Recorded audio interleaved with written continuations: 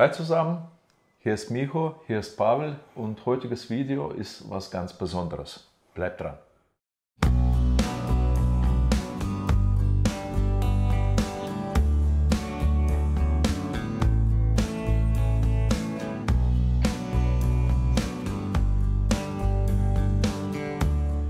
Es ist für euch kein Geheimnis, wir nutzen Bildbearbeitungsprogramme. Ihr wahrscheinlich auch und unter anderem nutzen wir Luminar. Ja, Luminar gibt es schon seit Jahren. Wir haben mit Luminar 4 angefangen und klar, hat sich weiterentwickelt und es ist ein Programm, was aus unserem Portfolio eigentlich nicht mehr wegzudenken ist. Ja, wobei in der letzten Zeit, man hat große Hoffnung in Neo gesetzt und dann gab es so ein Neo-Bashing, weil es halt in der ersten Version nicht das war, was man erwartet hat, weil man sich mehr versprochen hat. Ja, ich denke, das wird irgendwann kommen, aber darum geht es heute gar nicht. Weil wenn wir auf die Bildbearbeitungsbranche schauen, wir denken natürlich Produkte und wie teuer sind die Produkte, kostet das eine Produkt jetzt 49,90, ist es ein Abo oder kostet jetzt 79 einmalig? Und in diesen Zeiten, Europa steht Kopf, Ukraine-Krieg, es ist jetzt ein guter Zeitpunkt, mal nicht nur auf das Produkt zu schauen, weil die Produkte werden von Menschen gemacht.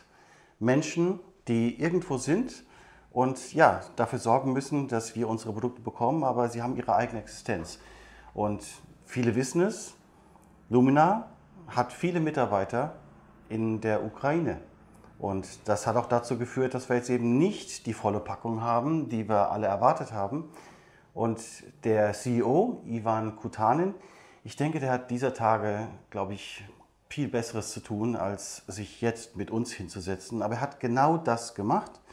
Wir haben jetzt die Möglichkeit bekommen, mit ihm ein kurzes Interview zu führen, um jetzt nicht unbedingt über die neuesten Features von Luminar zu sprechen, weil wir haben auch in der Zwischenzeit Updates bekommen, aber um darüber zu sprechen, wie er sozusagen jetzt diese Situation managt, wie es ihm geht, wie es seiner Familie geht, wie es dem Team geht und wie es weitergeht.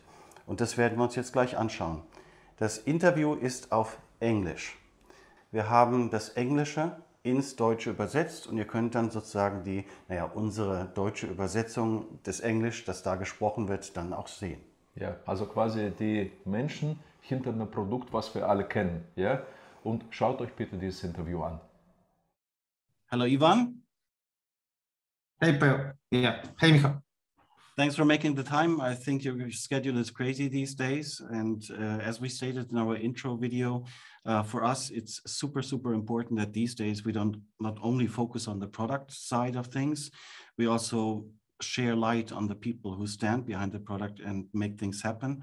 And since Europe has been turned upside down the last couple of weeks, months already, we thought it is a super opportunity to basically show the people who make Luminar happen and to keep things running and share some personal insights. So thanks for making the time today. Thank you for inviting for this interview, Micho. Yeah, I'm really ready to share all the information we have about our team, the main part of Skylum. Okay, very good. And I think some know this, but many people don't. You, in fact, are from the Ukraine, right? Yeah, actually, Skylum, previously McFun, was founded in Kyiv, Ukraine. It became like international company with American office maybe on the third year of from its birth. So we had strong American team and they have right now. So, but originally Skylum is from Ukraine. Okay, and you do have a family which is also from the Ukraine, right? Yeah. I have family, wife, and two kids that are also from Ukraine. And basically all the founders also have families in Ukraine and from Ukraine. Yeah. And of course, the most important question. So you're safe, your family is safe. Did you manage to get to a safe location? Yeah, actually, I was lucky, very lucky, actually, because on 23rd, the day before, I had a flight to France. So we came to France in the evening of 23rd of February and woke up on 24th and the war started. So, and we realized that we flew on one of the last actually planes from Ukraine. Like maybe. And it was total mess because we just planned a small family vacation because kids had their school holidays, and I had birthday on 27th of February. So we planned like 4 days in France. So originally with one bag and 2 backpacks, we were in France and got stuck with total understanding that the things changed and we cannot go back to Ukraine. So you're still outside the Ukraine, including your family? Yeah. So because of that, then we moved to Lisbon because actually my French is bad, and in Portugal, English is much well spread, and almost 80-90% of everyone from Portugal I talk to, they know English. Okay, very, very good. But there are people still in the Ukraine that belong to Skylum? Yeah, definitely. To say truly, around maybe 70-80% of all our employees are from Ukraine and in Ukraine, and our core R&D and core development center, as well as big marketing part of the team, are located in Kyiv, Ukraine. And when the war started, only around maybe 10% from Kyiv office were not in Ukraine, and around I think around almost 100 people were in Ukraine at that time, and only maybe 15-20 people were made to leave Ukraine and to be somewhere in Europe right now. Okay. So still very big percentage of the team is in Ukraine. Hopefully right now it's more safe than it was before, because you definitely heard about Bucha, Irpin, and other small towns near Kyiv, and we had around 20 team members in that region.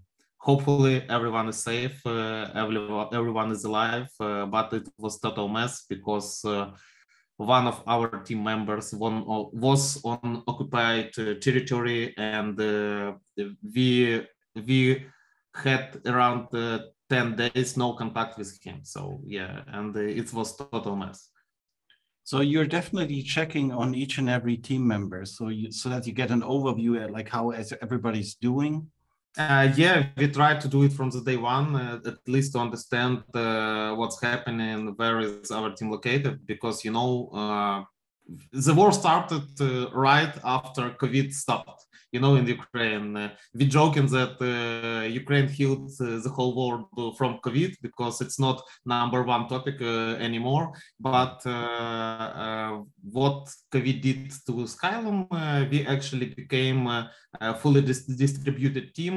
We did not care about like going to office or working from home. We tried to arrange all spaces to work from home. So around, I think, 80% of all our employees did not go to office like any day, but maybe only around like 20-40% went to office like occasionally, not every day. So because of that, we had employees almost in all regions of Ukraine. And because of that, we needed to check with everyone where is he located, is he safe or not, and so on. Yeah. Okay. So people actually, I guess, still do get their salary, right? Yeah, definitely. We I cannot, be silent about the situation because on one hand, the whole world is supporting Ukraine. On the other hand, lots of guys from Ukraine lost their jobs, and actually, when you read about some opportunity, for example, for a software developer to work, they preferred women because women can like go abroad if something changed, but men cannot because of the military state right now. So because of that, like it's not a good situation, and actually the unemployment rate in Ukraine becomes like higher and higher, and but we definitely operate and pay all salaries, even for guys who wanted to go to like to military, to army. So 3 our employees are in army right now, and we paying all their like salaries, and definitely we support them with all the gear and the stuff that we can actually buy and send to them. Okay, so but people, I mean, the infrastructure is still in place so that people can do their work regardless of where they are. Yeah, definitely. We had no servers, and we did not store any data in Ukraine from the day one of the company, because we operated globally from the day one. All our main markets are Western markets, like USA, Western Europe, Asia, so Pacific. So because of that, we did not store any data in Ukraine. All processes were working like every time, but we still have not only Ukrainian team, we still have US team, we have Asia team, we have Europe team. So our team members all over the world worked and working now. When the war started, they actually did double of their like daily work, because they needed to do for themselves and for guys from Ukraine, and because of that we were able to support of all our like main processes. So the being able to connect to the other team members and to actually continue doing something normal like work, so that helped keep up the team morale, I guess. We treat it as very personal thing, as our personal part, contribution to the to the success of Ukraine, and because of that, definitely we talked with teams that work.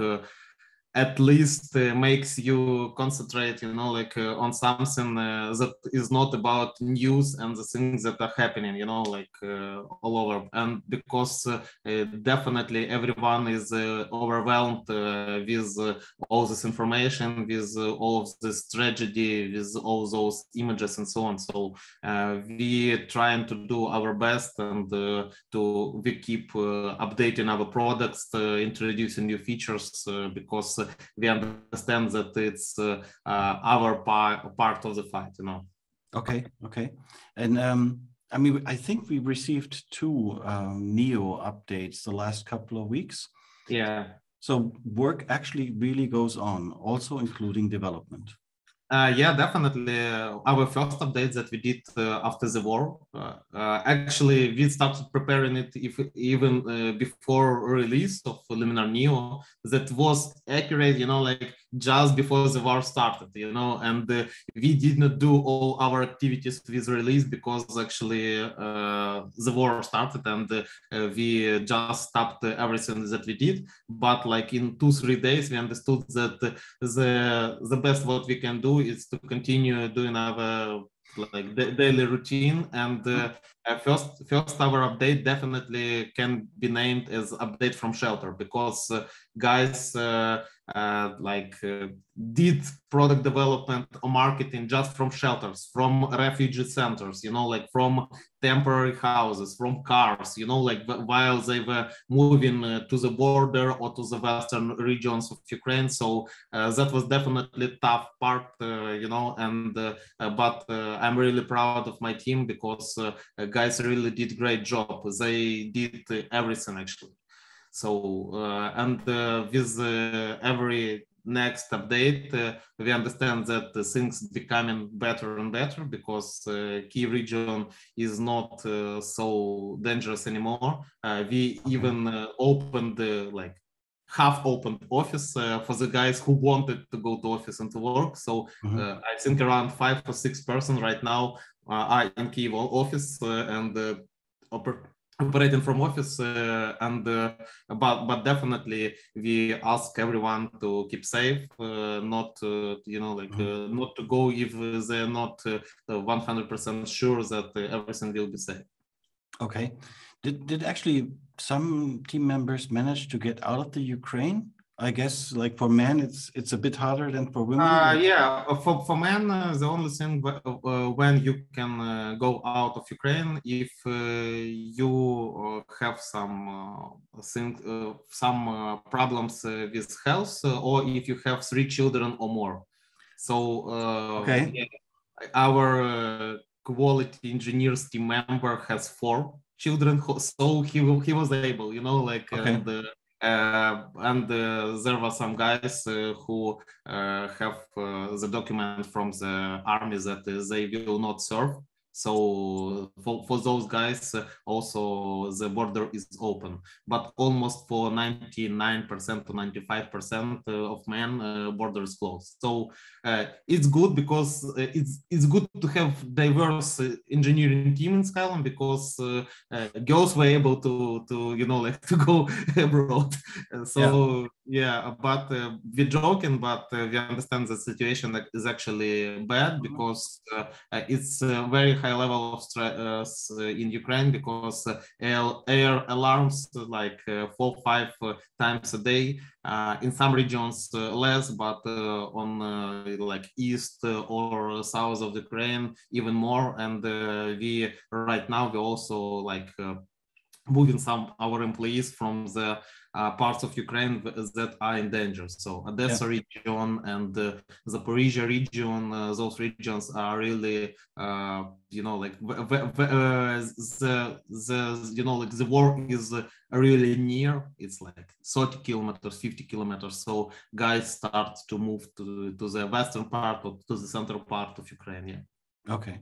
Now, kudos to the team from all of us, because this is crazy to keep everything up and running while the world around you is in turmoil. Super impressive. Definitely. Yeah. Definitely. Yeah. We all were impressed because, guys did things, like those are stories from our employees, from guys who were like on the road, or one of our software developers, she has 2 kids, and they also in Portugal, but like one very small kid. So the only times that when she can do the job is at night. So because while kids are sleeping, so it's really total mess, because she tries to do her work with managing 2 kids, and to do it all by herself, because her husband cannot go with her to to Portugal. Yeah. Can you estimate, I mean, this is now a number question, but can you estimate, I mean, I guess the impact on the development capacity is significant, and it's remarkable that you still are able to continue doing work, but I guess the overall capacity has been impacted tremendously in the last couple of weeks. Right? First weeks, about 50% of capacity was gone, maybe right now we're operating at 80 to 90% of our capacities. Wow. We definitely understand that maybe I'm too optimistic, that we will see, but we talk to everyone and try to solve their issues with work. Definitely when someone moves from one habit to another, it affects definitely. If someone goes abroad, maybe 1 week of time, everyone needs to find a place to live, to arrange their daily routine. So because of that, we understand that that affects. But to say, truly our team is very motivated to do their best and to show actually what we can do, and how good can be Luminar Neo. Okay. And that brings me to my next question. I think people are super curious, but I don't want to make it too precise, but hopes and expectations for Neo are sky high, right? And so let me rephrase it like this. I guess people can still expect Neo to become the version that everybody thought of, right? This is still the plan. We plan to add all performance and and the new feature updates maybe for the next 3 to 6 months. We already like lots of things are in in work, and all features that our users expected are also they are in process, and I think they will be released soon. I don't want you to tell like exact days because it's development, and we hope that it will be like in a month, but we will see how it goes. But we definitely want to make them with high level of quality. Because of that, lots of testing and lots of finding different things that tiny things, but that affect the actual experience, and we want to do it as good as we can. Just to give you a little personal insight, we're also using other software products, of course, for retouching pictures. And in combination with my MacBook with the M1 chipset, there was a bug, which was reported end of October last year. And I had to wait 6 months to get it fixed. In the software. So just like it's not everything is black and white, and some things take time. And this is the case for other products as well that are not in crisis mode right now. Definitely. It's software development. There are lots of opportunities, but there are lots of threats. So we touched upon the team, your family, yourself. Since we are showing this video and this interview to our whole community, is there like a personal message that you would like to convey to them now that we're talking together? My personal message is about supporting Ukraine and Ukrainians. That's not about we are weak. It's about the whole situation that is, it's a long story, and it will not stop tomorrow or in a week or in 2 weeks. We understand that the first part is definitely to stop the war. The second part is definitely to rebuild lots of houses, lots of cities, and even 2 of our employees were their flats, apartments were affected with the missiles, with bombs, and we understand that even us as Skylum, we will take part, and participate in the rebuilding of cities. But it will take time, and definitely if someone can support with giving some shelter for the Ukrainians, please help. If someone can give some job, Ukrainians are actually very hardworking guys. That's why I don't think that it will be a bad idea to give some work to guys who need it. And more of that, if you can donate to different organizations for refugees, for military, for other volunteering, help, that will definitely help. We in Skylum also creating our Skylum Foundation, our fund, just to be able to reach exact people who need help, and to help them. So if you can join us with our initiatives, and we also very very happy that if anyone can just share this video and share the situation about that happens in Ukraine, because the situation tends to to take a long time, and everyone tends to turn their everyone tends to, like to forget about that, just to turn their vision to another things that are happening also. So because of that, we understand that that's a huge, massive tragedy for 40 million of people, and that will not, that will not end tomorrow. So that's my main message. Thank you very much.